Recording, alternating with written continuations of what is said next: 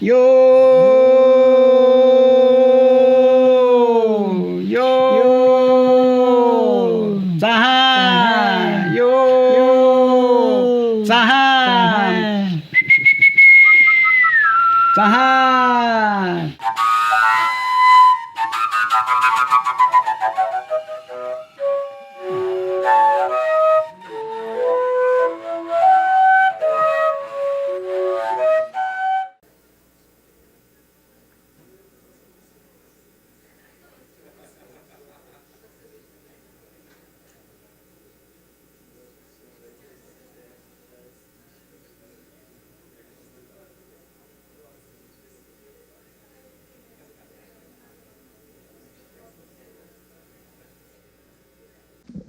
Boa noite. Primeiro, obrigado a vocês por saírem de suas casas, dos seus lugares, para estar aqui, para ouvir um pouco a sabedoria desse grande homem, que é o Daniel. Eu quero iniciar aqui parabenizando a toda a equipe da Tecoporã, que fez com que esse evento se tornasse, bem antes da estreia, um evento histórico no Brasil. Um evento que reúne indígenas de vários lugares do país, que tem uma exposição que chama Reantropofagia, que é a primeira exposição coletiva de arte contemporânea de artistas indígenas, com curadoria de um indígena e todo o processo no decorrer da curadoria e da montagem da exposição de indígenas. Então, é um evento histórico, com o nome Reantropofagia, que depois vocês podem olhar, né, essa exposição e ver. E o Tecoporã, que faz parte do projeto Brasil à Margem, que tem música, desfile de moda, feira indígena, teatro, cinema. Então, a gente conseguiu, nesse evento, reunir uma diversidade de povos e de tipos de arte. E um desses tipos de arte que está aqui, nesse momento, nesse presente aqui, a literatura. O Daniel é uma das pessoas mais importantes do Brasil presente. Eu não digo nenhum dos indígenas mais importantes. Ele é uma das pessoas mais importantes desse Brasil. Ele, dentre as muitas premiações que ele ganhou, por exemplo, ele tem 2 prêmios Jabuti. Para quem não sabe, o Jabuti é o maior prêmio de literatura do Brasil. Ele tem 2. Ou seja,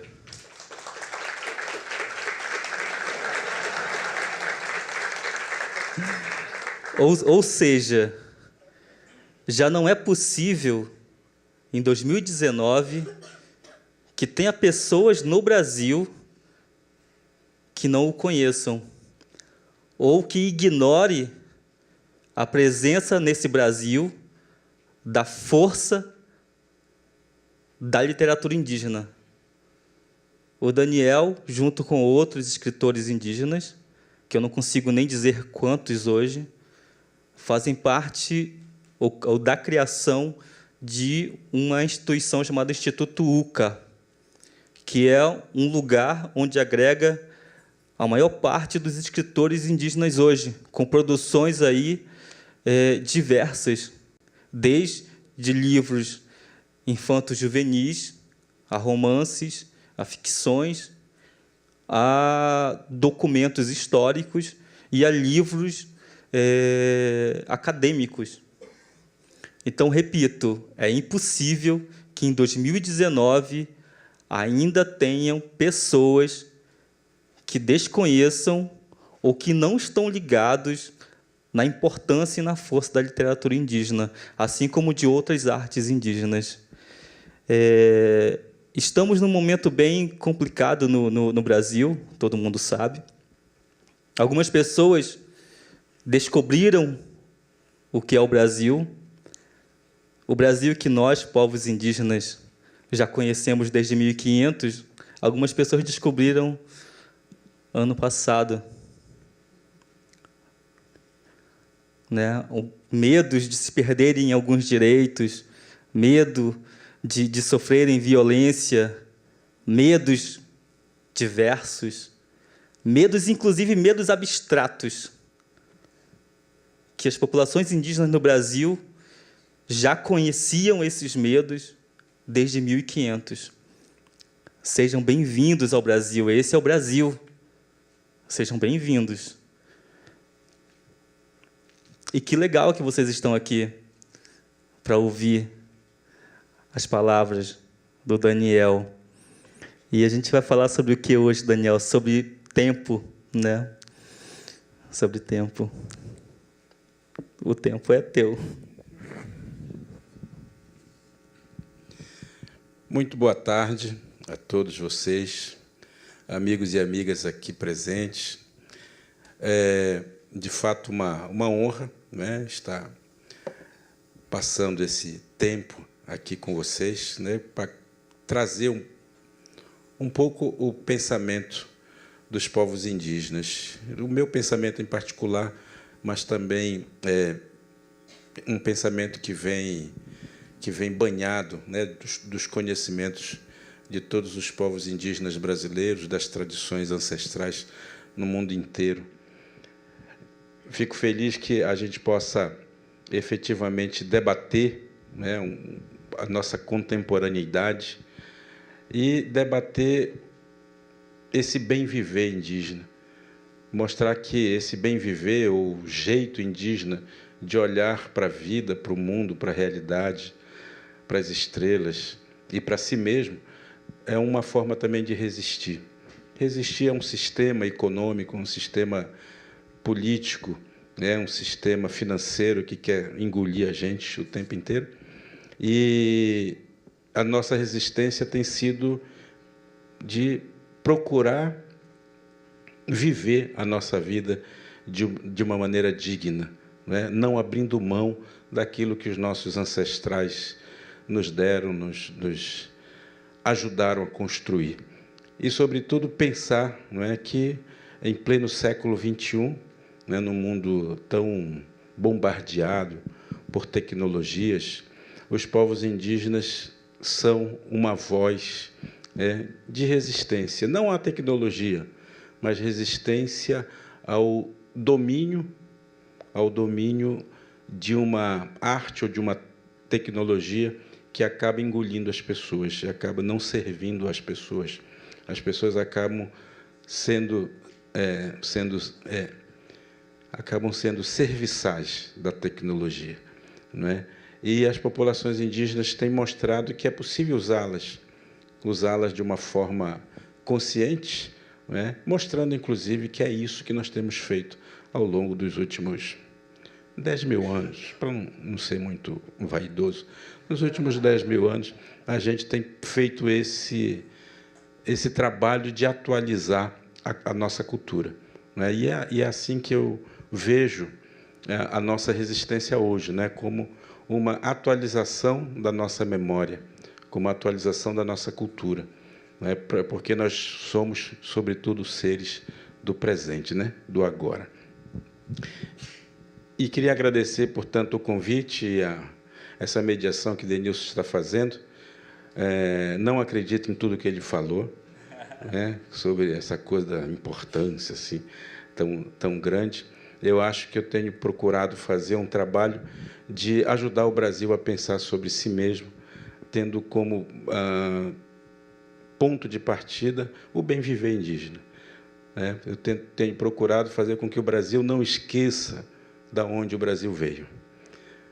E, na medida em que nós vamos apresentando o conhecimento, as sabedorias indígenas, a gente vai pensando nas pessoas um pouco da verdade que mora nelas também e da identidade que mora nelas. Identidade essa que nós, brasileiros, estamos deixando escapar pelas mãos, né?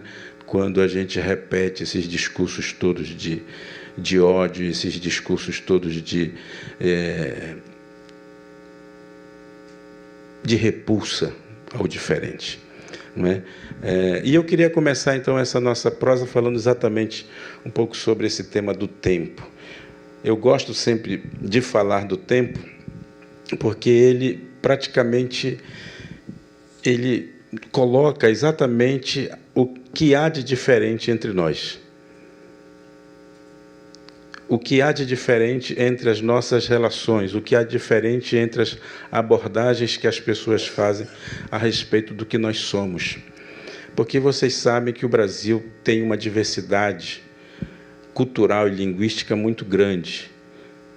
Ainda hoje, apesar de toda essa história de derrocada que tem acontecido, ainda hoje nós temos uma diversidade de 305 povos, 305 formas de olhar para o mundo, 305 formas de humanidade.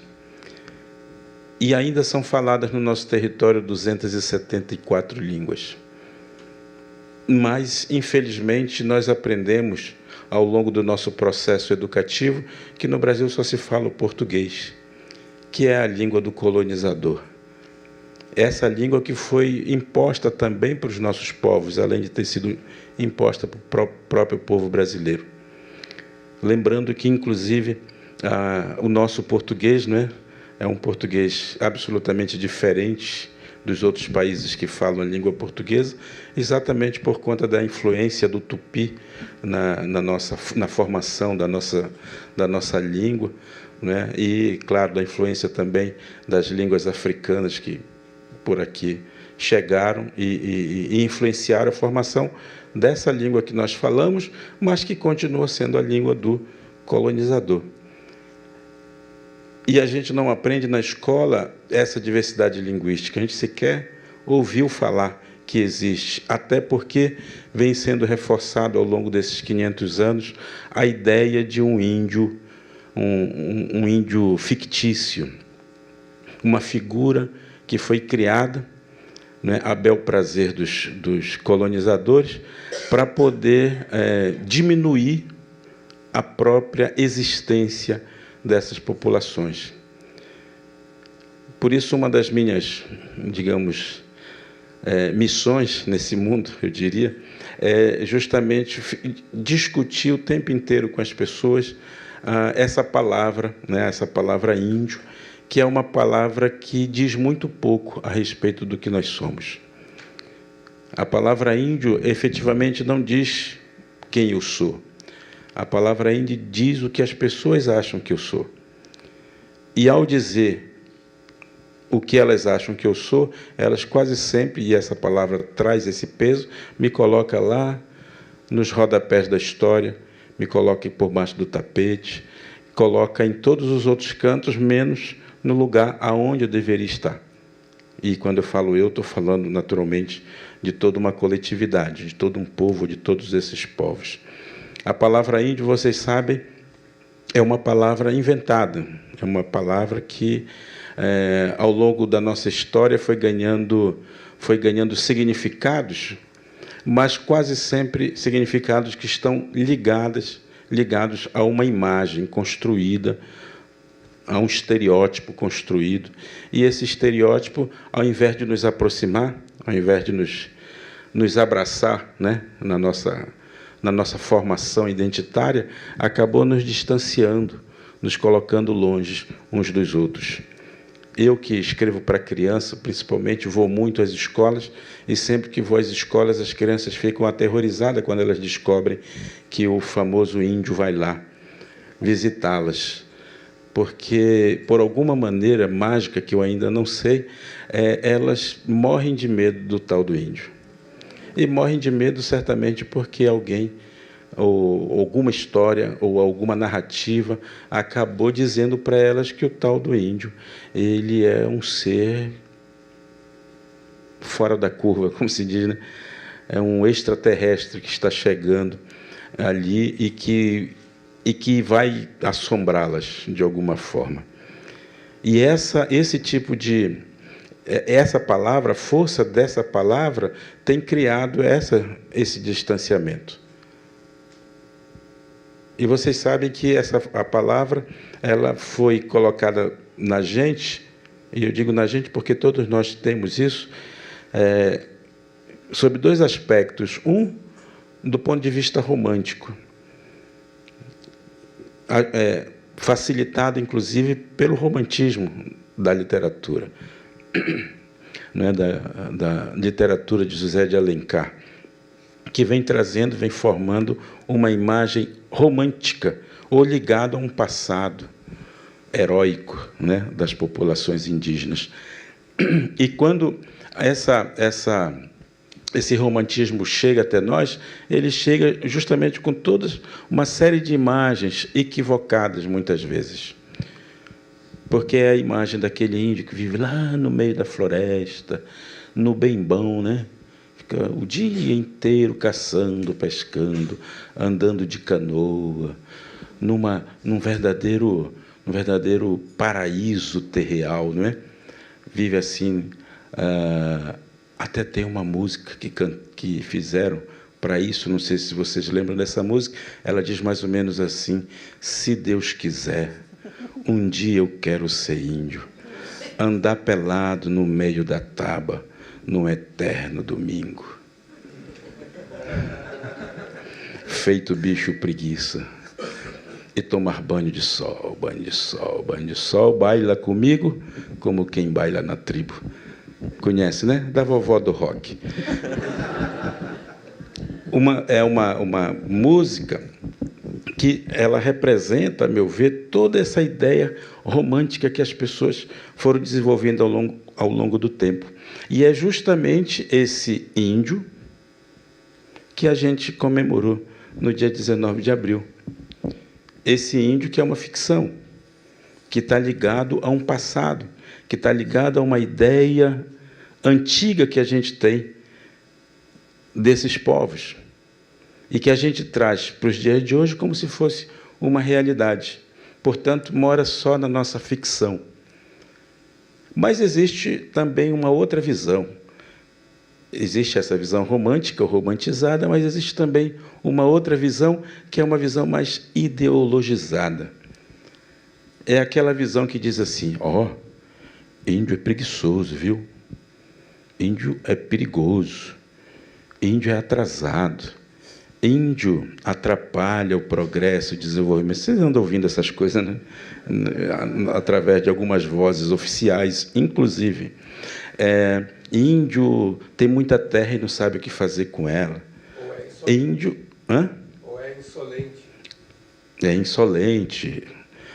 O índio, enfim, tem essas ideias que são carregadas de eu digo de ideologia, justamente porque quer convencer as pessoas de que essas populações são inúteis para a sociedade brasileira. E que, portanto, a gente tem que civilizá-las. Vocês já ouviram isso também. Tem que civilizá-las. Aliás, parece que a gente está ouvindo um discurso dos anos 80, né? 70, 80. De repente deram um pulo assim. Acabou a história, acabou a democracia e deu um pulo. Parece que estamos ouvindo os mesmos discursos que se ouvia nos anos 80. E essa fala, obviamente, tem endereço, tem um objetivo que é de convencer a sociedade que é preciso, sim, explorar o minério das terras tradicionais, explorar os rios, não é? a água doce, explorar a floresta. E isso acontece, claro, todo mundo sabe por quê. Porque o índio não é pop. O agro é pop. E aí a gente é levado a pensar, sim, que temos que valorizar o agro e não as pessoas. Então, esse estereótipo, essa imagem, ela tem um objetivo muito claro de colocar os indígenas no lugar deles. Ou seja, lá onde eles nunca deveriam ter saído, lá no passado. Isso, claro, torna também a sociedade brasileira um pouco duvidosa do que ela do que ela pode acreditar efetivamente. Lembrando, inclusive, que isso aqui, esse evento todo, ele só foi possível nos últimos 10, 20 anos.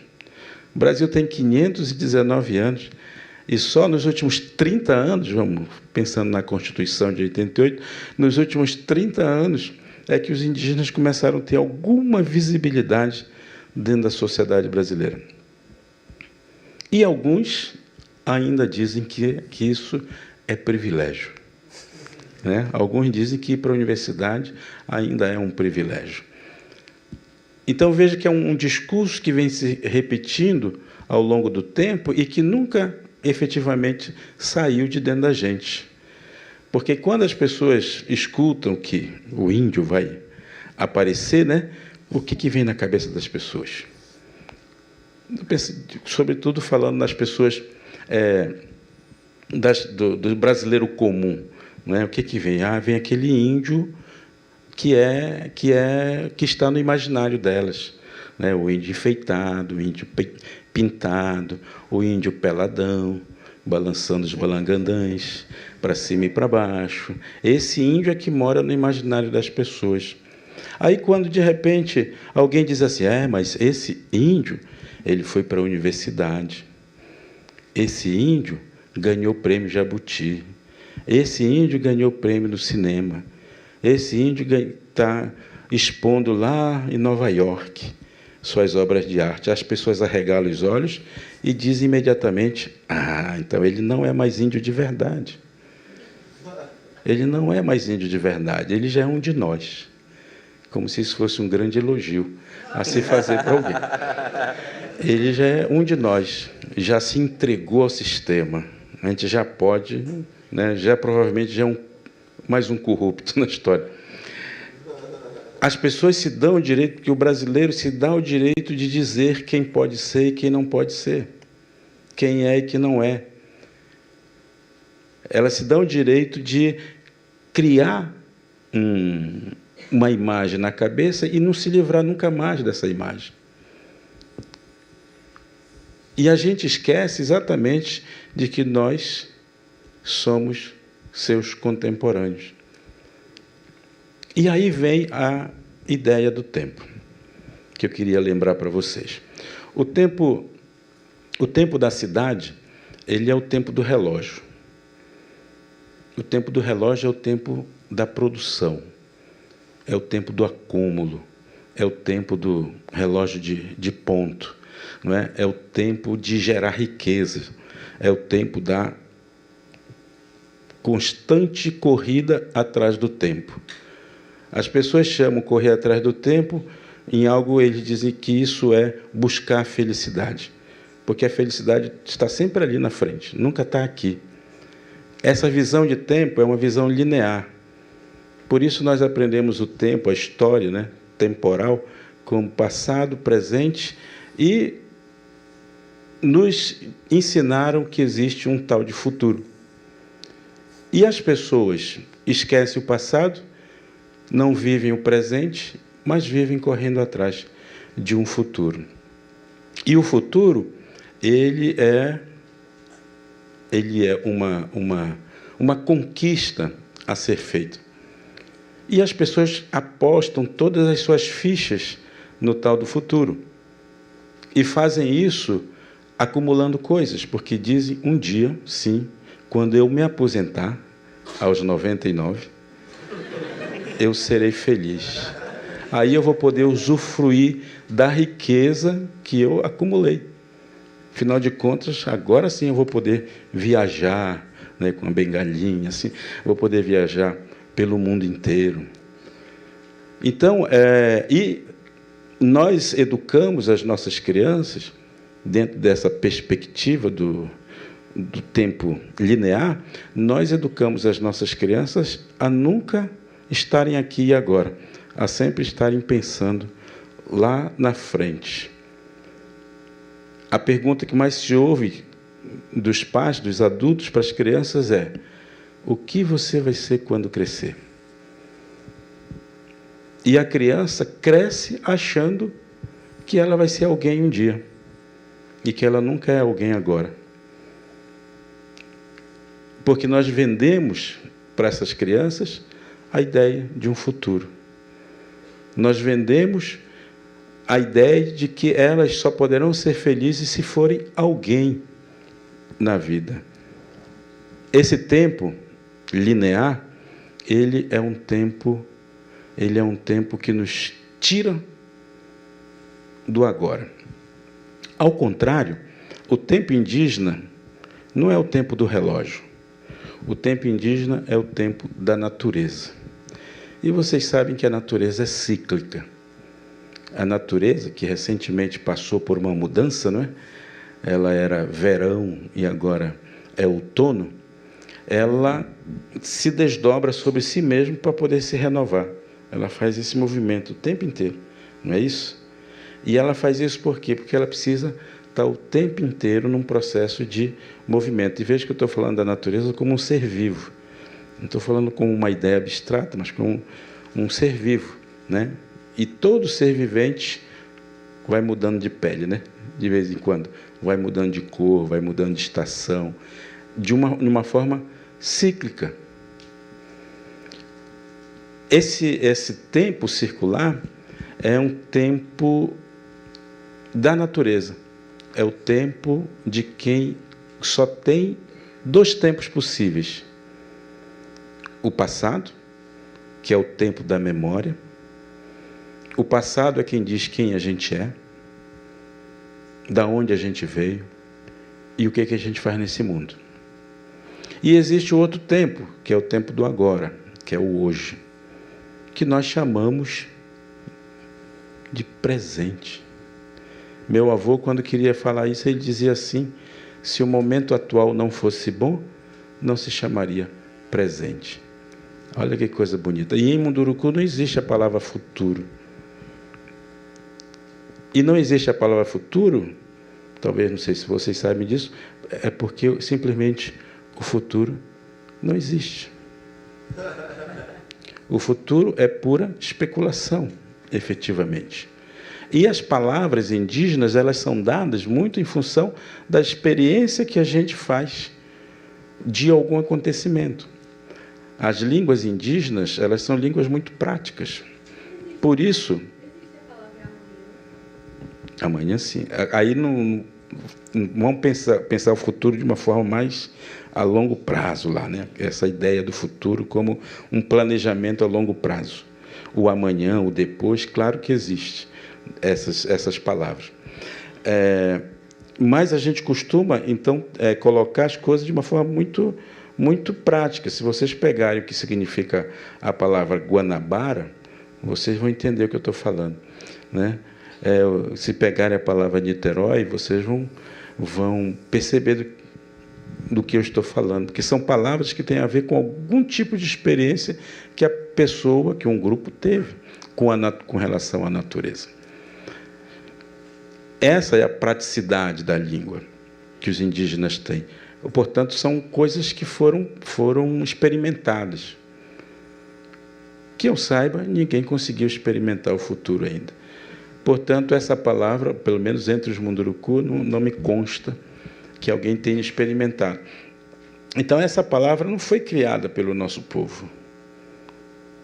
Então, nós não planejamos, nós não criamos a ideia do futuro, mas damos a importância ao presente. Por quê? Porque a memória faz esse movimento. Vai lá no passado, nos dá explicações para a gente viver melhor o dia de hoje. Daí dá para entender o porquê que as pessoas dizem que a gente é preguiçoso. A gente é preguiçoso porque a gente não entra na vibe chique, não é isso? A gente não entra na onda da produção, do acúmulo de riqueza, porque o acúmulo de riqueza nos tira do agora. Porque o acúmulo de bens nos leva a querer mais bens, a construir coisas. E as coisas que a gente constrói nos prendem. As coisas que a gente constrói nos prendem. elas fazem a gente esquecer da onde a gente veio. E as coisas que a gente constrói acabam, às vezes, nos tornando egoístas. Quase sempre, né? Eu diria. Nos tornando egoístas. Enquanto que aqueles agrupamentos, aquelas pessoas, aquelas comunidades que têm uma vida coletiva, elas olham mais uns para os outros. Porque a natureza é assim, a natureza é generosa, né? As pessoas aprendem a fazer, a ter essa postura de generosidade. Daí é possível entender o porquê que os indígenas foram acusados de serem preguiçosos para justificar a vinda dos escravos africanos para o Brasil. Daí a gente entende o porquê que os indígenas lutam tanto para defender o seu território. Daí a gente entende o porquê que os indígenas consideram o seu território como terra sagrada. É justamente porque não é algo especulativo, não é propriedade individual, mas é parte da gente, parte do que nós somos. Tudo isso tem a ver com essa compreensão do tempo. Tudo isso tem a ver com como nós olhamos para o mundo e como nós nos relacionamos com o mundo. É claro que cada povo tem a sua forma, tem a sua didática, tem a sua pedagogia, tem a sua espiritualidade, tem o seu jeito de operar as suas necessidades, não é? Tem a sua economia, portanto. Cada povo tem as suas particularidades e isso é fundamental para a gente entender o porquê que uma política pública para os povos indígenas não pode ser única. Ela tem que ser diversa. Daí dá para a gente entender o porquê que as populações indígenas estão em diferentes graus de contato com a sociedade brasileira. E esses diferentes graus de contato precisam ser levados em consideração quando se desenvolve uma política pública. Daí é possível entender o porquê que os indígenas, os mais jovens hoje, estão querendo ir para a universidade, estão querendo operar a tecnologia, porque são seres do presente, do agora. São seres que operam com esse tempo, com o único tempo que existe de fato, que é hoje. E vocês pensam que isso é coisa de indígena? Brasileiro, que nós somos chiques por causa disso? Isso está no mundo há muito tempo. Tem até um pajé muito conhecido por todos vocês, certamente, que se chama Jesus Cristo, que ele dizia: por que você se preocupa com o que você vai comer amanhã, o que você vai vestir? Olhai os lírios do campo. Isso é a sabedoria do mundo. E que está presente em todas as culturas. Acontece que o Ocidente, por causa da sua linearidade, ele acabou esquecendo disso. Davi Yanomami vai vir aqui com vocês. Quando é que é, Denilson? Dia 30. Dia 30. Não podem perder. Porque ele é uma das pessoas que fala disso. Que fala assim que o pessoal da cidade é o povo do esquecimento. Por isso escreve, eu também. Né? Deve ser. E isso tem um sentido muito, muito grande, de fato, né? Porque a oralidade ela faz mesmo esse caminho. A oralidade nos permite atualizar o tempo inteiro. É a fala que vai nos dando. E quando a gente escreve, a gente meio que congela, a gente meio que lineariza as coisas. Mas a fala não, né? A fala ela tem essa cadência. Por isso faz a gente dormir às vezes, né? Tem essa cadência, tem essa busca. Por isso também são os avós, os velhos, que têm o poder da palavra. Porque são eles que trazem consigo a memória ancestral. Se há uma coisa que o Munduruku deseja, futuro, é ser velho. E a gente casa cedo, inclusive, por causa disso, viu?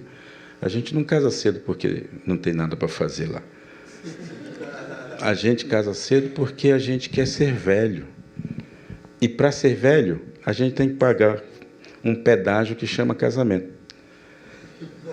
Porque esse casamento é que vai me levar a ter filhos. E esses filhos vão crescer e vão depois me dar netos. E é o neto que me torna avô. E por que eu quero ser avô? Porque é o avô que faz esse movimento de ir lá no passado e trazer a memória para os dias de hoje, atualizar. Daí a importância que a gente dá para esses dois extremos sempre. A criança, que tudo pode, e o velho, que tudo sabe. No meio entre a criança e o velho tem esse conjunto de atos, né, que nós chamamos inclusive de rituais, os tantos rituais que se faz, normalmente é nesse período entre o ser adolescente e o ser adulto. Porque é tarefa dos pais educar o corpo da criança. São os pais que ajudam as crianças a se perceberem no mundo.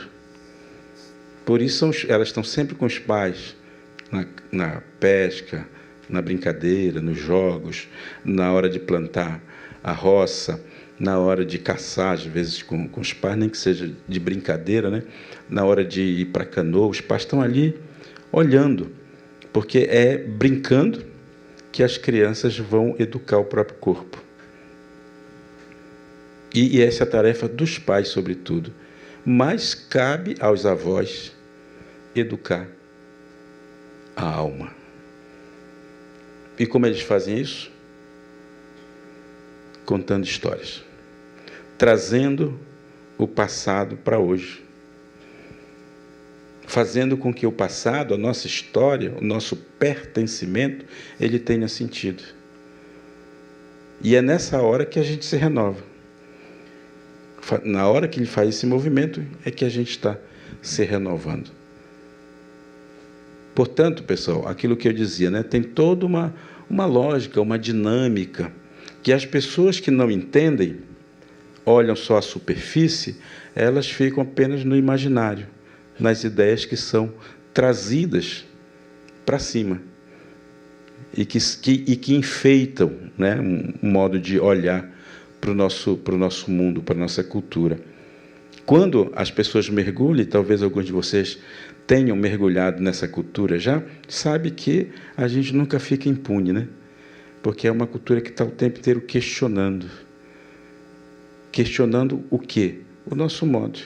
Esse modo meio linear de ver, de olhar, né, para a vida, para a existência. Então, é muito importante que a gente não perca de vista a ideia do tempo e de como essas populações operacionalizam, né, a sua compreensão de tempo e que isso acaba virando um motivo para resistir. Porque nessa compreensão estão todas as crenças que envolvem o nosso modo de olhar o mundo. Tem a ver com os nossos rituais, tem a ver com as nossas danças, com os nossos cantos, com as nossas curas, tem a ver com os problemas que a gente enfrenta, tem a ver com a nossa capacidade de renovação. É claro que nesses dias que vocês terão aqui o Tecoporã, vocês vão ter vários olhares. Vocês estão tendo hoje aqui um olhar a partir da literatura, talvez, mas vocês, como o Denilson lembrou, né, vocês têm as outras linguagens que vão estar caminhando aqui. E se vocês prestarem bem atenção, vocês vão ver que, embora sejamos de povos diferentes e manifestemos a arte de uma maneira diferente, a gente está fazendo esse mesmo movimento. É só vocês saírem aqui, olharem um pouco o que está exposto. Eu já fiz isso aqui sorrateiramente, ninguém viu que não podia ainda.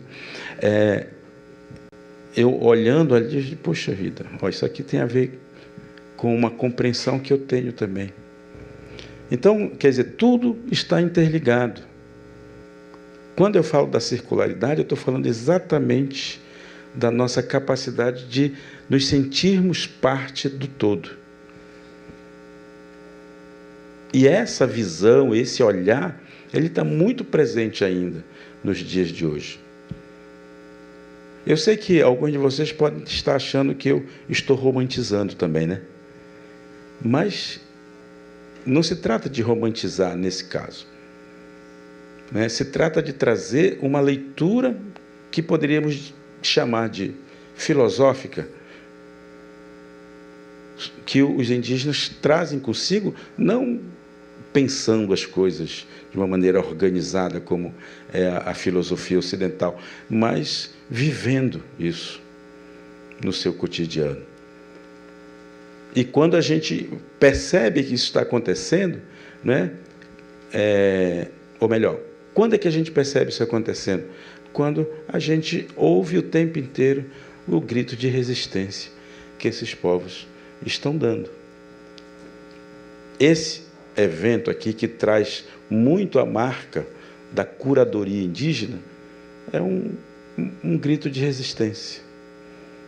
O que está acontecendo lá em Brasília agora, o ATL, o Acampamento Terra Livre, não é, que é o grande momento do movimento indígena brasileiro, é um grito de resistência.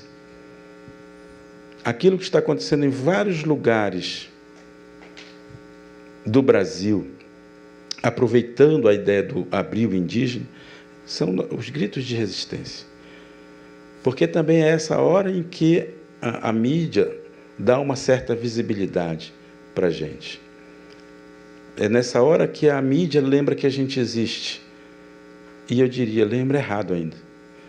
Porque a mídia costuma reproduzir palavras absolutamente equivocadas ainda. Então, nesse momento, esse momento de resistência que a gente vive, é um momento em que o Brasil precisa estar mais atento. Porque nós precisamos, pessoal, pensar o Brasil. Se me permitem, eu costumo fazer uma comparação do Brasil com um adolescente. Porque, na minha visão, o Brasil não é um país adulto. 519 anos não torna ninguém adulto, né? E também não faz nenhuma criança.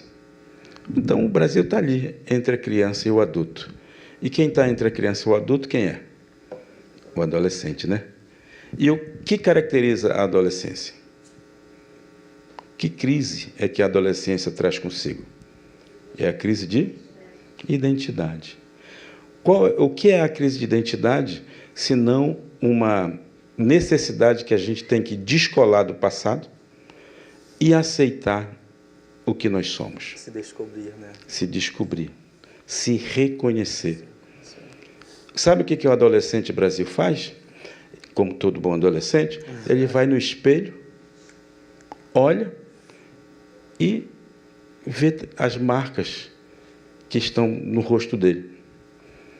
O que esse adolescente Brasil faz? Joga veneno em cima das marcas.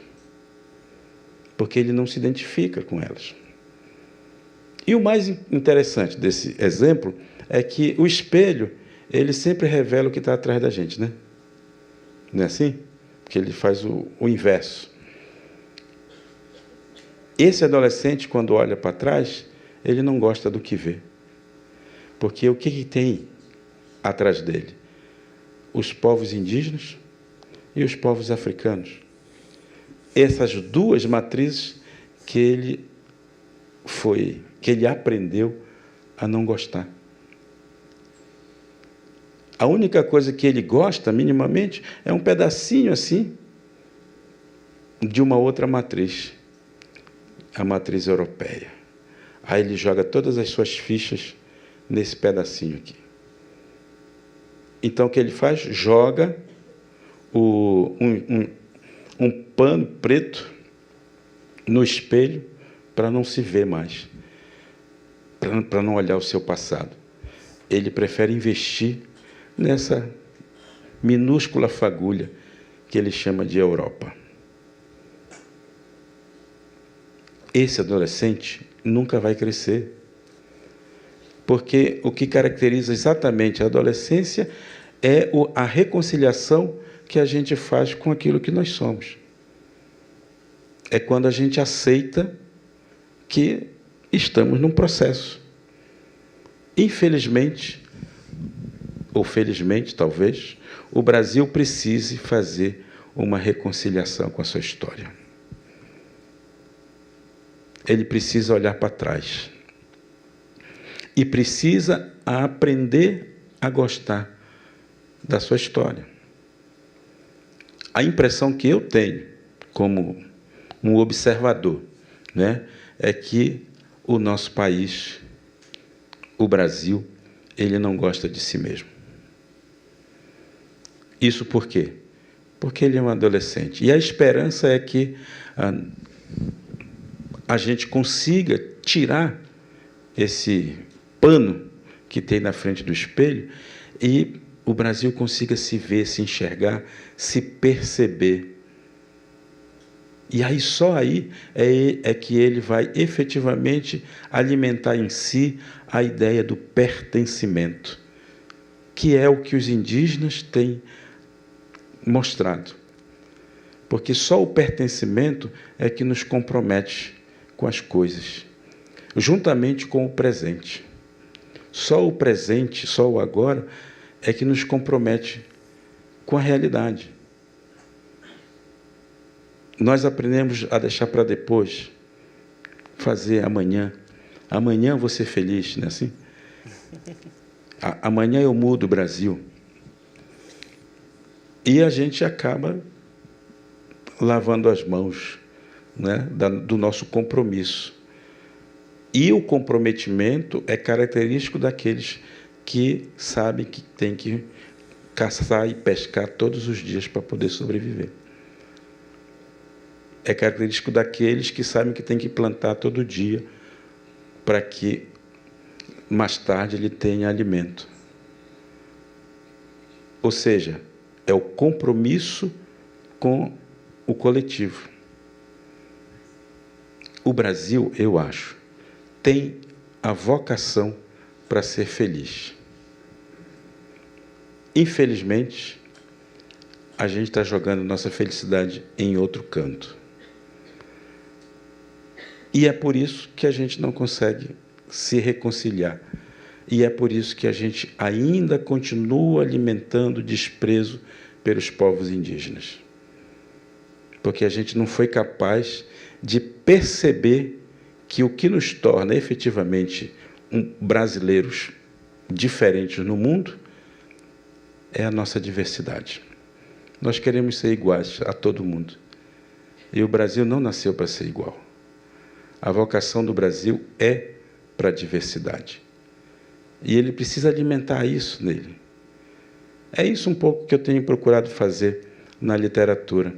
Tem sido esse o meu esforço no sentido de frequentar universidades, fazer meus cursos, né, fazer meu mestrado, meu doutorado, meu pós-doutorado, com um objetivo de compreender essa complexidade. E, através dos meus escritos, talvez jogar uma flecha, é a minha forma de caçar, né? Hoje em dia, as pessoas lançam flechas para caçar lá na floresta. Aqui na cidade eu lanço livros, né? Que é mais fácil. E, às vezes, essas flechas, chamadas livro, ela vai e alcança o coração das crianças, dos leitores, né? E isso cria, quem sabe, essa ideia do pertencimento, essa ideia de que nós podemos trocar uns com os outros, porque é nessa troca que o encontro se faz. É nessa troca que a gente aprende, que a gente fica mais forte. Tá certo? Tá bom, Denilson? Tá lindo. Muito bom. eu fiquei pensando aqui sobre essa coisa de você falar que na cidade as pessoas pensam mais no futuro, essa ideia também do Brasil é o país do futuro, né? Que o presente não nos pertence, talvez a algumas pessoas só. Eu fiquei pensando aqui que na cidade as pessoas projetam tanto para o futuro que no presente fogem do atraso, né?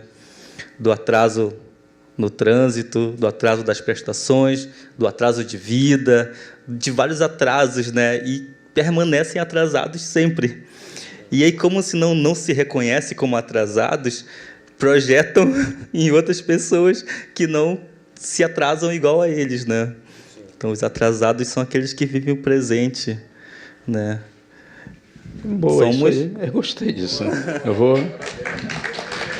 vou adotar isso aí também. Não tinha pensado por esse ângulo.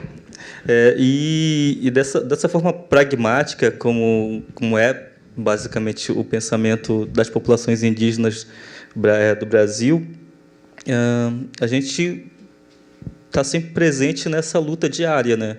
Nessa luta presente contra essa sociedade do futuro que nunca chega, né?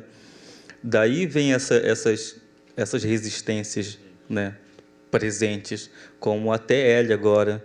Acho que vale lembrar que hoje, inclusive, começa em Brasília o movimento de resistência maior da atualidade no país, que é o movimento indígena se reunindo, populações do Brasil inteiro, no lugar, né, que foi escolhido pelo poder para concentrar poder, e a gente chega lá e gritar: ei, oi, estamos aqui, né? Estamos aqui, não nos ignore.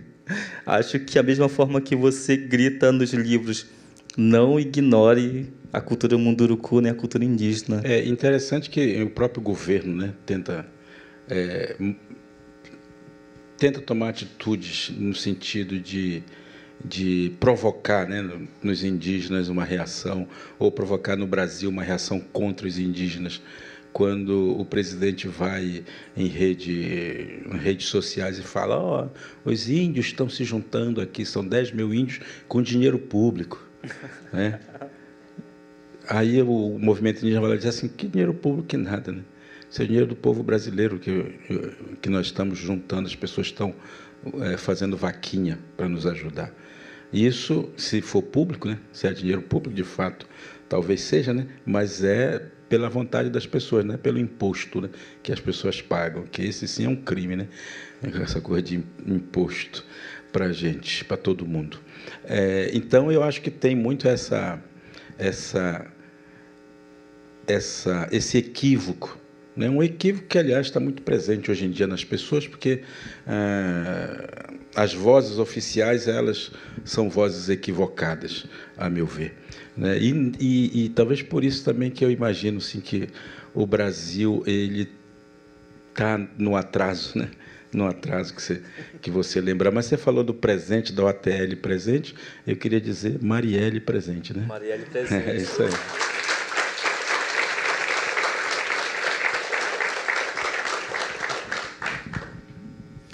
Bom, Juruna presente, Galdino presente, né? Chicão Chucuru presente, entre outras tantas lideranças indígenas, não indígenas, do campo e do urbano, que sucumbiram ao povo do futuro, que não olha para o povo do presente. Chico Mendes. Chico Mendes. Sem dúvida. Bom, nós temos um tempo para perguntas. Eu acho que vocês vieram aqui também cheio de dúvidas, curiosidades, né?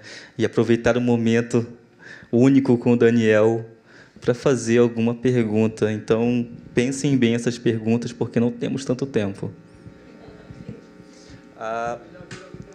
Tem que vir aqui. Aqui, ó. Melhor vir aqui. Por causa da gravação.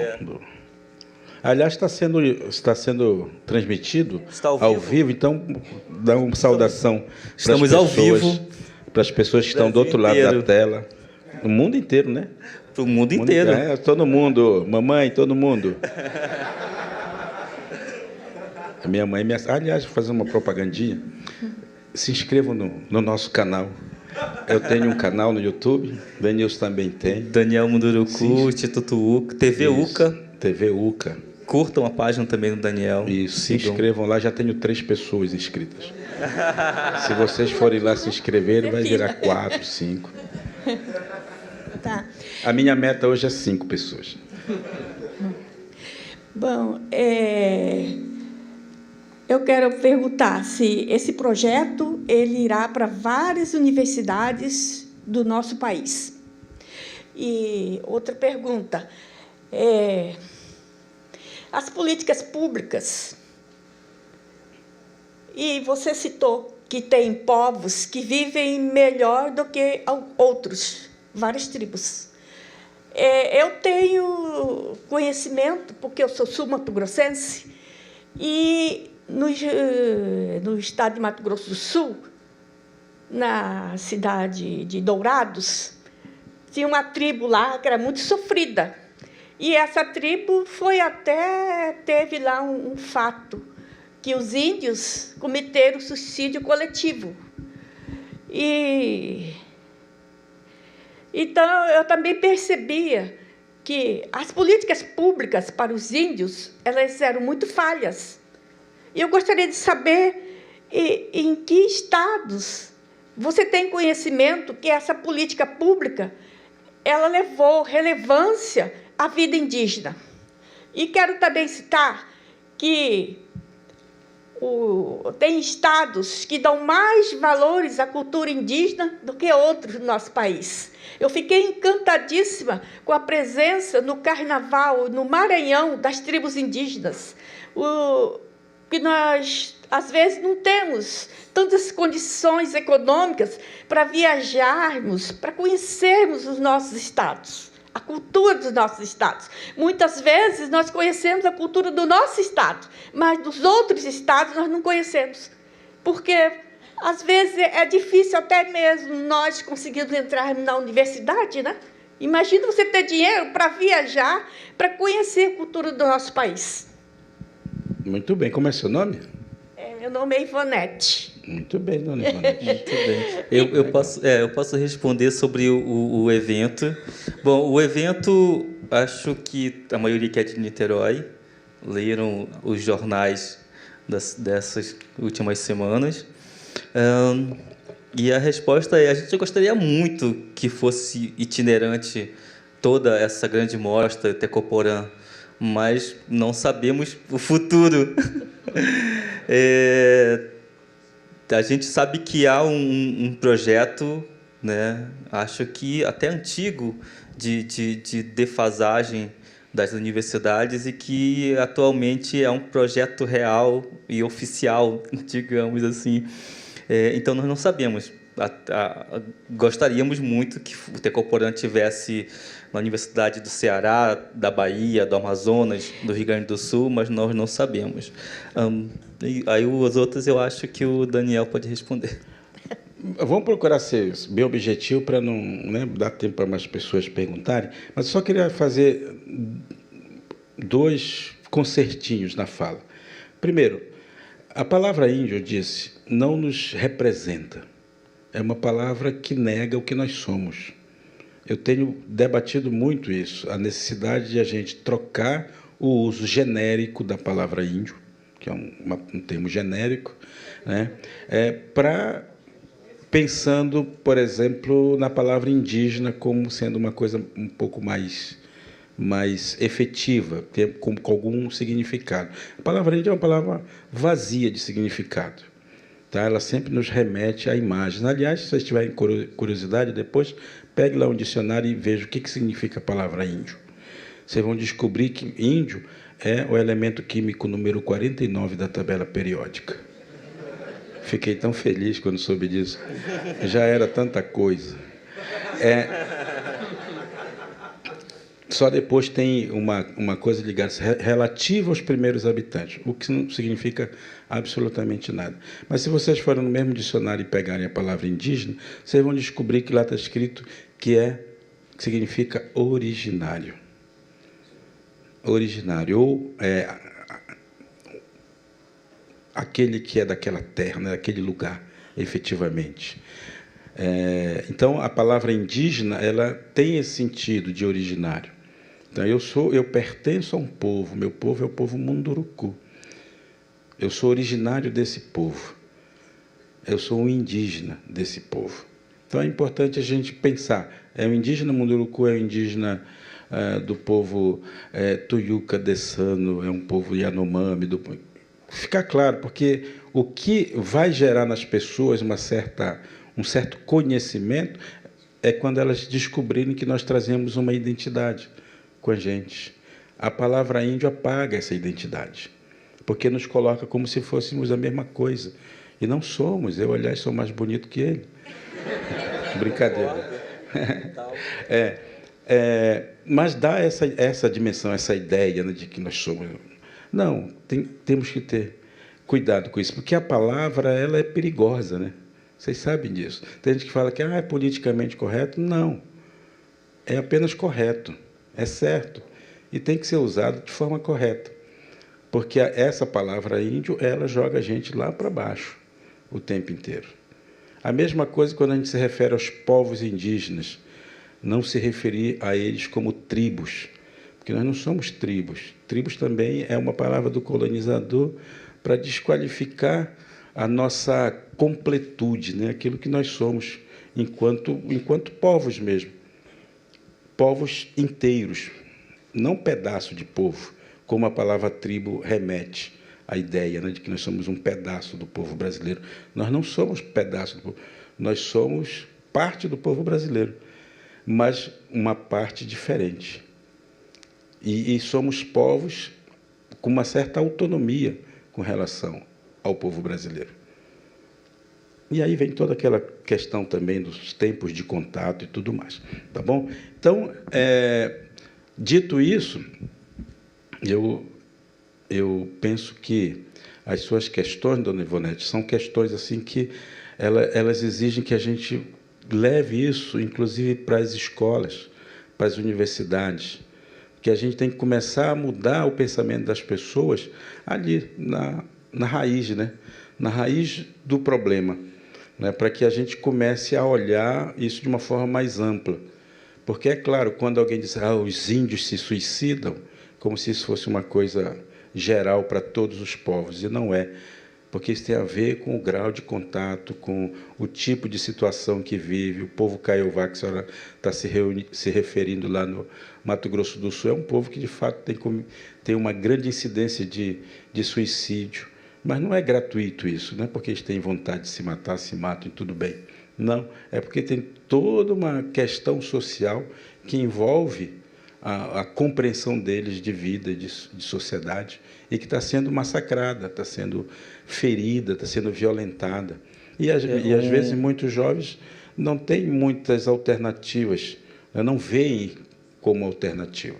Dourados, Mato Grosso do Sul, só para deixar bem claro qual a relação do povo brasileiro em relação à população indígena. Dourados, eu estive lá, inclusive aqui na exposição tem jovens de Dourados. Dourados, eu vi, filmei, fotografei bares escrito proibido a entrada de cães e índios. Esse é o Brasil de 2019. O Brasil que muita gente está descobrindo hoje. Então, tipo, ninguém me contou. Eu estava lá e vi, sabe? Então, é esse o Brasil. Trabalhei lá, 2,5 habitantes por hectare. É impossível para qualquer estratégia de sobrevivência. Não tem como. Eles vivem na chamba, vivem trabalhando como operários do campo. É isso mesmo. Então, olha, temos mais aí... Pensem bem na pergunta, sejam objetivos, por favor, que o tempo está acabando e daqui a pouco o Daniel vai ter o espaço para autografar os livros. Então, lá na frente, a gente precisa correr para lá. E eu vou ser bem rápida. O meu nome é Marília e eu ando com esse colar aqui porque me sinto protegida na minha brasilidade por eles. E eu vim dizer para vocês, primeiro que a questão que eu ia levantar era que eu também não gosto que chamem ninguém de índio. Você já explanou isso maravilhosamente, porque, na verdade, não existe um índio, existem várias culturas, são várias etnias, e cada uma com suas características. Mas eu continuei aqui, depois de ouvir essa sua explanação, para parabenizar vocês, porque hoje vocês são o único movimento unificado nacionalmente de resistência. Então, eu vim aqui para bater palma para vocês. Obrigado. Isso fazem dos 519 anos. Sim, eu não tenho dúvida. Mas hoje vocês são o único. Nós somos demais mesmo.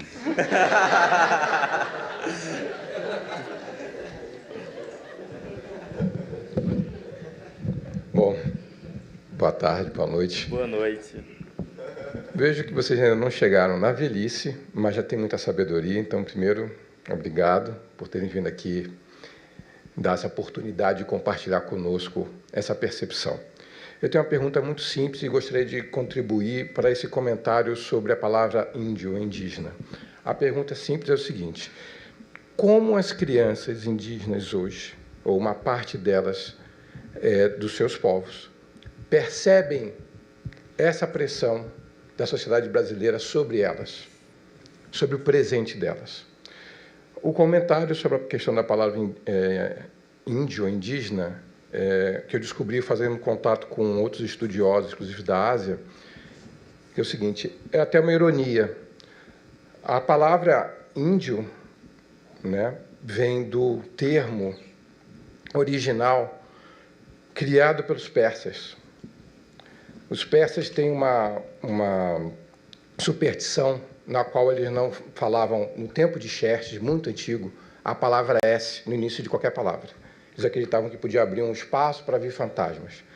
E quando eles tentaram fazer uma invasão na região que é Paquistão, Índia, ali, no Rajastão, eles encontraram um povo numa região tropical, que usava pouca roupa mesmo, né, parecido com o índio. E esse povo se definia como sindo, como pessoas nativas em contato com a natureza que buscavam transcender. É completamente diferente. Mas aí essa percepção de uma sociedade mais estruturada que tentava se colocar como imperador e colonizador, né, contaminou para o Ocidente essa percepção. Daí que vem a raiz índio. Então isso contaminou os portugueses, os britânicos, e começaram a relacionar com todos os povos, como eram ligados com a natureza, como daquela região tropical, com pouca roupa, estruturas muito simples, de muito contato e transcendência. Na verdade, eram povos que não tinham se desenvolvido com as armas, então mereciam ser subjugados, infelizmente. Bom, obrigado. Obrigado. Não, pode falar sobre as crianças. Você trabalha com as crianças. Você é folgado também. Bom, eu acho que as crianças não têm percepção de nada disso. Eu acho que crianças, inclusive, elas são muito protegidas pelos adultos. Não protegidas no sentido piegas do termo, mas no sentido de que elas precisam ser plenamente crianças. Lá, ao contrário daqui, a pergunta que nunca se faz para uma criança indígena é exatamente essa, né? O que você vai ser quando crescer? Porque a gente sabe de antemão que elas não vão ser nada. Porque já são tudo que precisam ser. E, ao ser tudo que precisam ser, elas precisam... Pode aplaudir, eu deixo.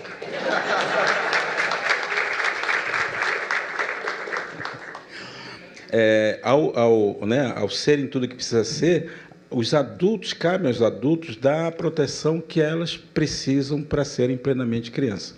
Obviamente que as crianças têm muitas diferenças de umas para as outras sempre, porque novamente, o que vai determinar isso é o grau de contato que elas têm com a sociedade nacional. Obviamente que aqueles povos que ainda estão mais isolados lá no meio da floresta, as crianças têm menos contato e essas não vão ter mesmo quase nenhuma visão desse mundo. Mas as que estão mais próximas dos centros urbanos, elas já crescem também com o celular na mão, né? Elas estão sofrendo impactos disso, ainda que não tenham uma percepção do que seja. Porque a criança, mesmo aqui, quando pega um celular na mão, é um brinquedo, né? Que ela está... A única diferença, talvez, é que esse brinquedo acomoda ao invés de dar criatividade, acomoda. E as crianças precisam da criatividade, precisa do movimento, porque o movimento é que vai dar criatividade para elas. É o correr, é o subir na árvore, nadar no rio, remar, canoa, atirar com arco e flecha. É isso que vai dar para elas a musculatura que elas precisam para poder enfrentar o ambiente onde elas moram. Claro, isso tem a ver com alguns grupos que é possível fazer isso, outros não é possível.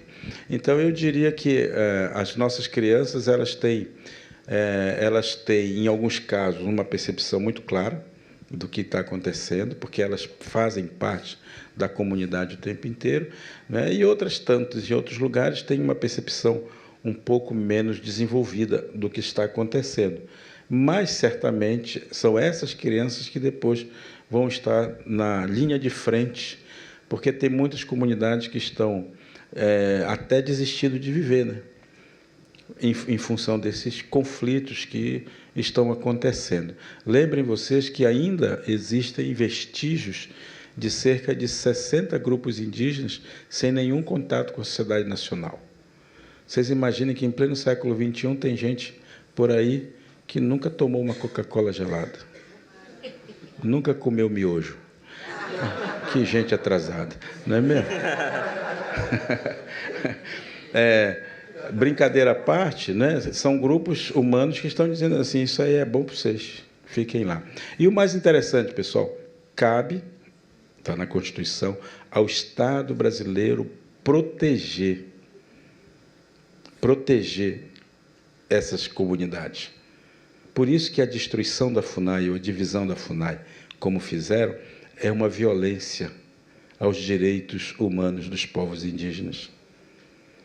Porque a FUNAI, seja o que for, ela tenha problemas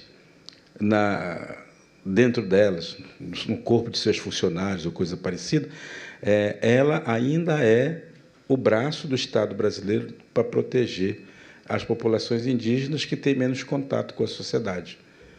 E dentro da FUNAI tem o órgão específico para cuidar das populações isoladas. Com o esfacelamento da FUNAI, acabam todas essas atribuições.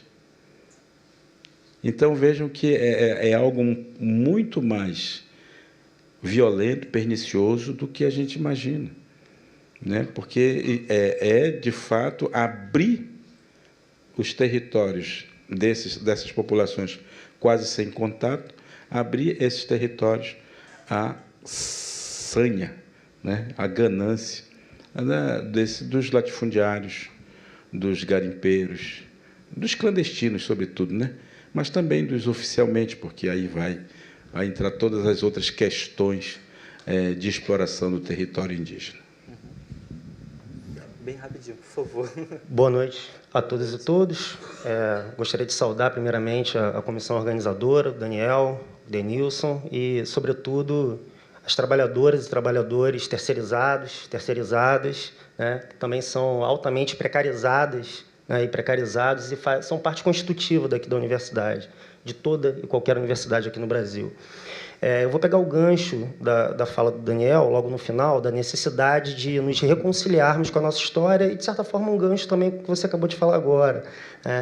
Não é uma pergunta, portanto, é quase que um grito aqui de desabafo para enfrentarmos as questões do nosso tempo, do agora. Nos últimos 4 meses, o governo Bolsonaro ele vem promovendo a institucionalização da barbárie, sobretudo com os povos originários. A primeira medida provisória do Bolsonaro foi a medida provisória 870, transferindo de alçada a FUNAI, né, do Ministério da Justiça para o Ministério da Mulher, Direitos Humanos e Cidadania. Nitidamente uma política de desmonte, né, passando uma atribuição a um ministério que não tem dispositivos suficientes, né, para dar conta e lidar com a FUNAI. A mesma coisa com a questão da demarcação e homologação das terras, né, que sai do Ministério da Justiça e vai para o Ministério do Meio Ambiente, que todo mundo sabe, está sendo gravado aqui, e não tem problema nenhum em dizer, né, o ministro do Meio Ambiente é um criminoso. né, sob qualquer risco aqui de ser processado, enfim, isso não importa. Foi para o Ministério do Meio Ambiente, né, a questão da demarcação e homologação. E também foi extinta, né, a Comissão Nacional de Educação Escolar Indígena, né? Então, são questões muito espinhosas, retrocessos civilizacionais, né, que nos colocam e que é necessário da gente enfrentar para poder, minimamente, promover essa reconciliação, né?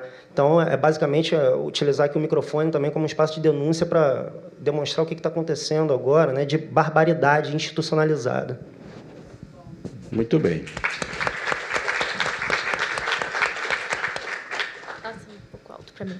Então, boa noite, meu nome é Marcele. Boa noite. O meu é uma pergunta mesmo. Então, como seria que a gente...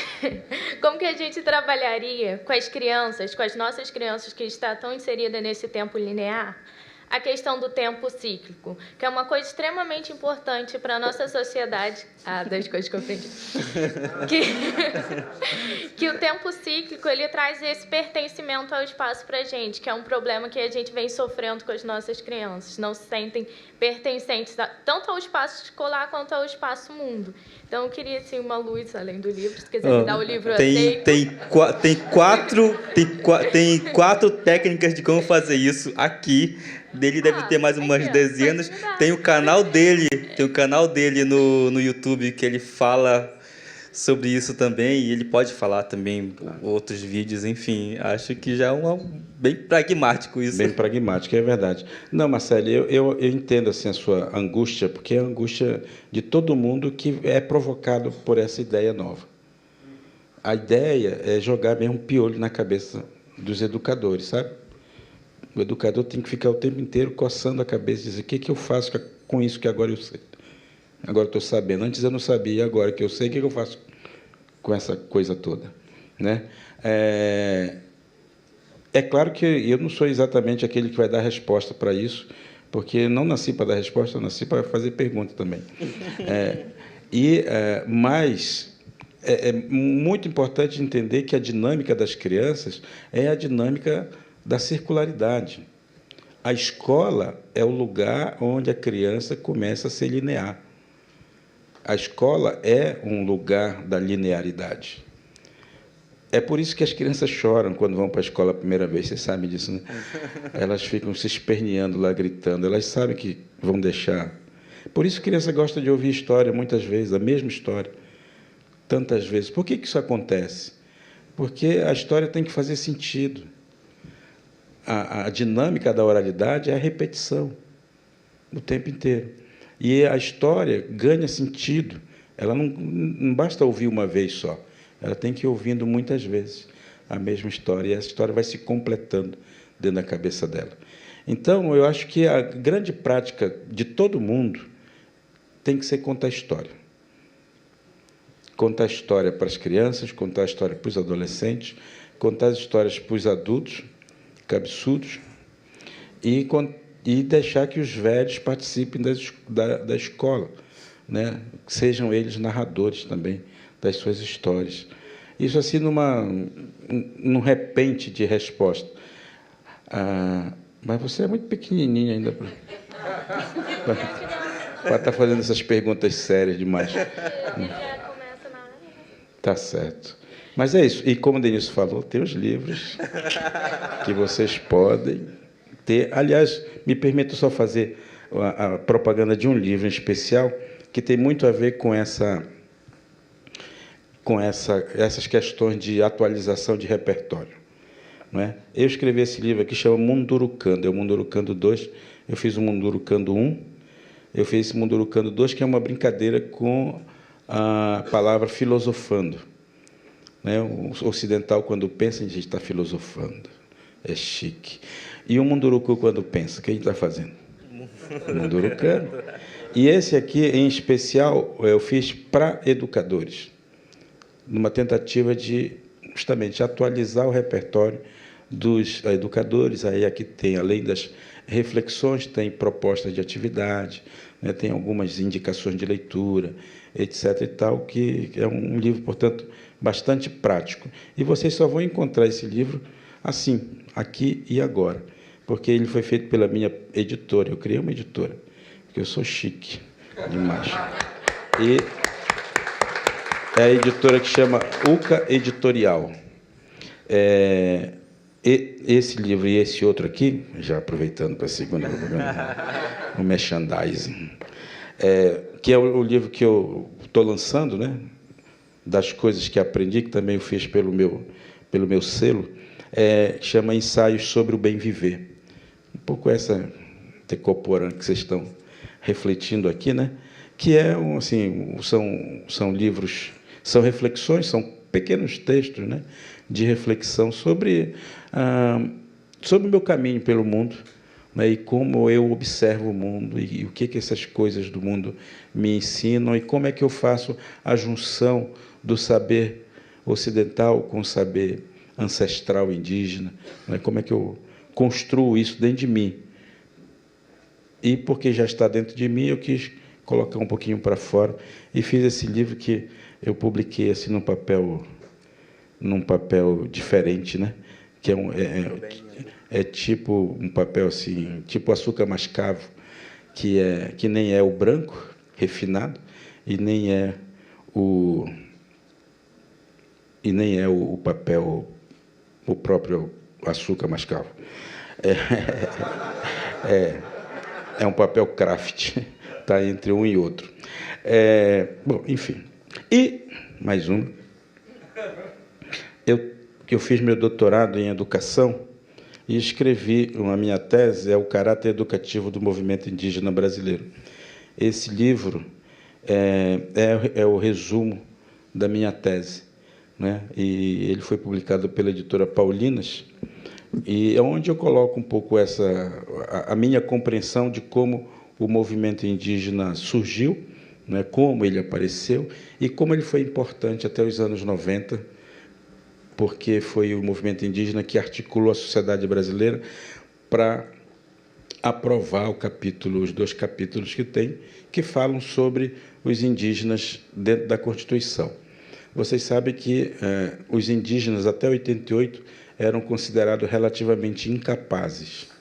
Sabem o que significa isso? Significa que eles eram menores de idade, como os menores de 18 anos aqui são considerados também de menor, né? Como dizem. E os indígenas eram considerados menores de idade, e isso fazia com que, e isso se dava pelo fato de que eles não compreendiam plenamente a sociedade brasileira. Por isso eram chamados de selvagens. O selvagem, que se refere aos indígenas, é porque ele não está dentro disso que nós chamamos de Código Civil, que é esse conjunto de leis que nos torna civilizados, né? Que é o que nos torna, digamos, cidadãos brasileiros. São as leis, as regras que nós temos que obedecer, e se a gente não obedece, a gente vai para a cadeia, e a cadeia nos regenera e nos torna cidadãos de novo. Acontece bastante isso, né? Por aqui e tal. Aí a gente volta para o convívio novamente e passa a ser o brasileiro de bem. Já ouviram falar disso? O Brasil é meu pai da piada pronta, dizem, né? É verdade. E os indígenas eram considerados fora do código.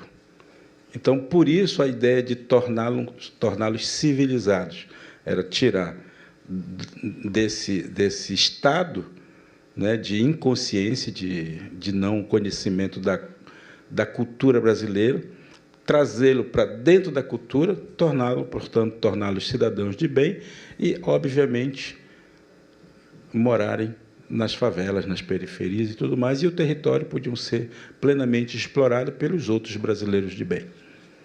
Tá certo? Então, essa era a ideia. A Constituição, e até a Constituição de 88 era assim o Tratado dos Indígenas, as políticas públicas para os indígenas era a política da integração. Vocês já ouviram isso? Também estão falando isso de novo. É a política da integração. É fazer com que o índio deixe de ser índio e passe a ser brasileiro. Aí, o que a Constituição fez em 88? Deu um corte nisso.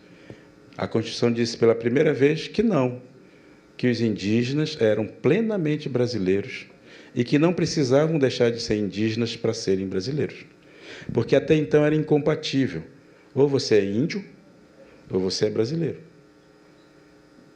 Nós não queremos índio, nós queremos brasileiro. Então, a gente puxa os tais índios para cá. A Constituição disse, não, as populações indígenas estão aqui para ficar. E eles têm todo o direito de serem o que são. E cabe ao Estado brasileiro oferecer condições para serem o que são.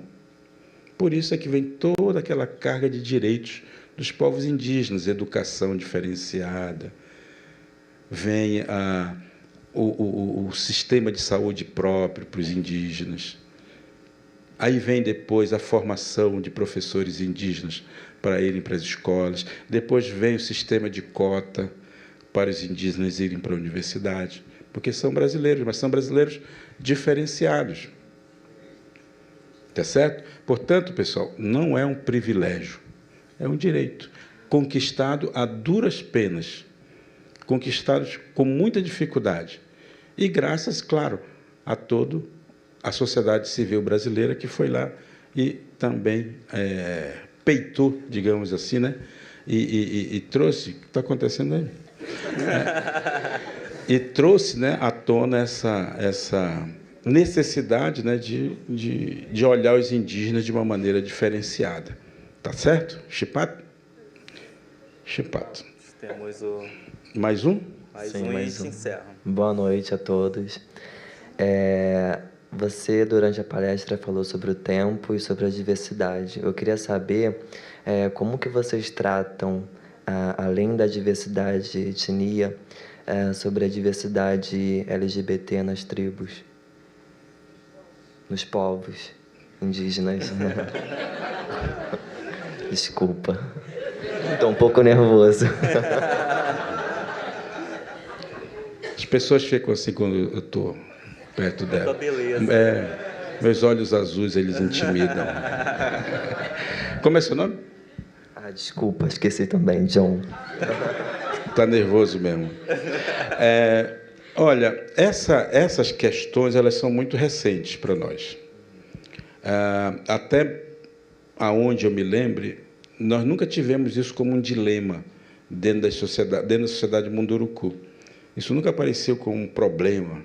O que nós sabíamos, o que tinha de notícia para nós, é que algumas pessoas tinham uma opção, faziam uma opção sexual, e essa pessoa era considerada, adivinha, pessoa. Ela não era denominada, sabe essa coisa da palavra? Muitas vezes as pessoas querem puxar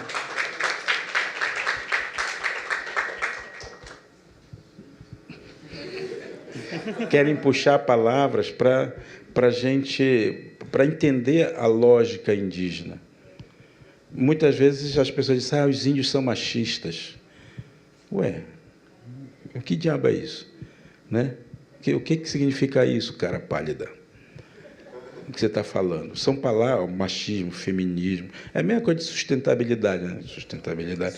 São palavras inventadas, são criadas para determinadas situações, né? O fato é que, tradicionalmente, as populações indígenas sempre tiveram nos seus seios, né? Entre os seus membros, situações como essas. Mas as pessoas lá não havia classificação assim, exatamente, né? É assim ou é assado, pode ou não pode. O que há de fato é uma compreensão de pertencimento a uma determinada sociedade.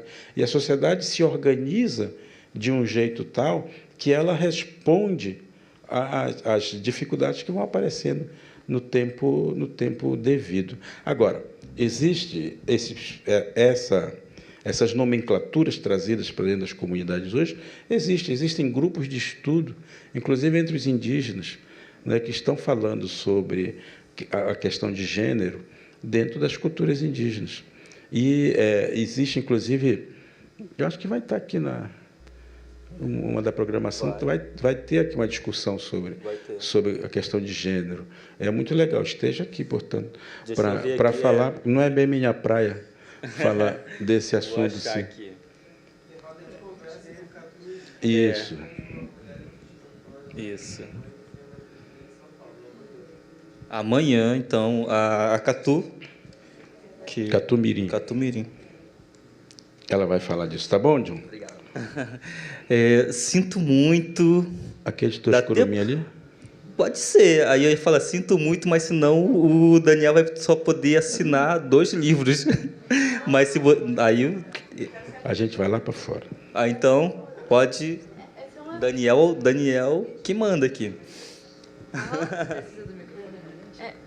Não sei. Precisa. Na verdade, Vai ser jogral.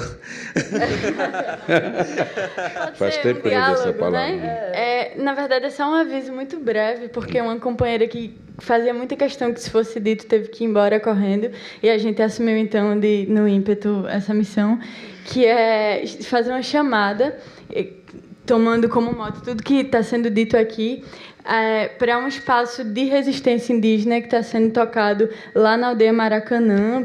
Acho que boa parte das pessoas conhece, é próximo ao estádio. Já viveu inúmeras ofensivas do Estado, do governo, da prefeitura, e recentemente estão atravessando um processo bem complicado de ofensiva de deputados do PSL que estão chegando lá, estão fazendo aqueles vídeos que eles gostam de fazer, se amostrando como gostam de se amostrar, e ameaçando entrar lá e fazer, enfim... Tem uma ameaça constante na aldeia que a gestão deles está provocando, não só na internet quanto em medidas. E lá tem sido um espaço que a gente tem encontrado uma riqueza muito grande, assim, de troca, dessa reflexão do Brasil no espelho. Acho que tem gente da universidade colando junto. Sábado temos um cineclube lá. Agora, no abril, tem uma programação a respeito de um mês de resistência indígena que está bem diversa, na internet dá para encontrar. Enfim, é um espaço que está precisando de apoio. Acho que, às vezes, a gente da cidade fica um pouco perdido de como é que a gente pode colar junto dessa luta sem ser apenas aplaudindo o indígena que está falando algo que a gente precisa escutar, mas como é que a gente se implica e se engaja um pouco nessa escuta e torna ela mais ativa. Lá é um canto que está sendo muito frutífero nesse aspecto. Acho que Rai pode dizer algo também, sei lá, vamos só não dizer. É só isso, apareçam. Obrigado.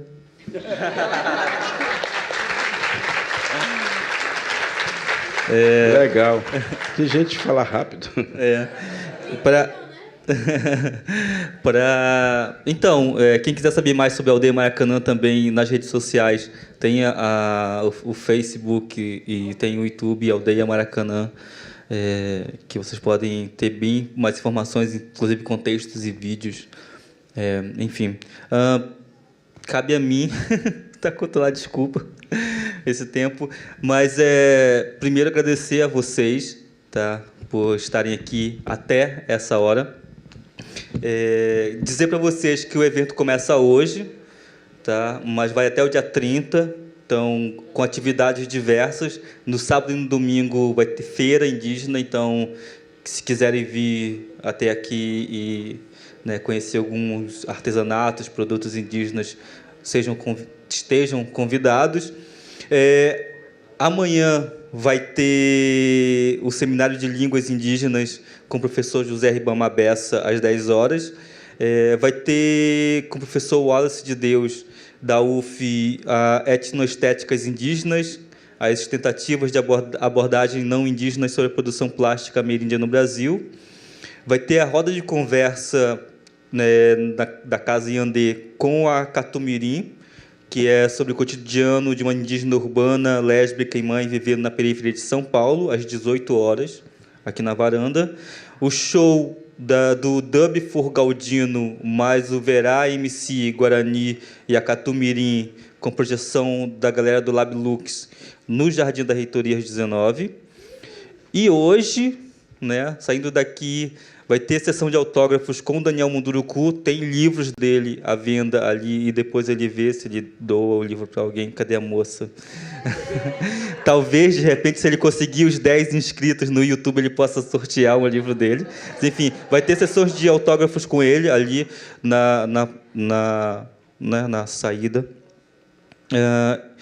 A abertura da exposição Retropofagia às 20 horas, com shows também de projeção e show da DJ Renata Machado, do Pinambá, com músicas, enfim, sons E é isso. Obrigado, Daniel. Se quiser fazer suas últimas considerações aí, chamar o pessoal para algum link ou para o site ou para comprar seus livros, fique à vontade. Muito obrigado. Eles vão comprar, não precisa nem falar.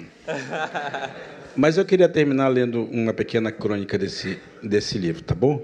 É a minha forma de me despedir de vocês. Chama Através do Espelho. A moça falou aqui do espelho, eu lembrei dessa. Desde pequeno, gosto de ouvir os ensinamentos dos antigos. Quando jovem, li muitas histórias de outros povos. Por intermédio delas, aprendi a compreender a complexidade do mundo numa linguagem capaz de me conduzir pelos labirintos da cultura e, assim, conhecer as pessoas que comigo conviviam e convivem.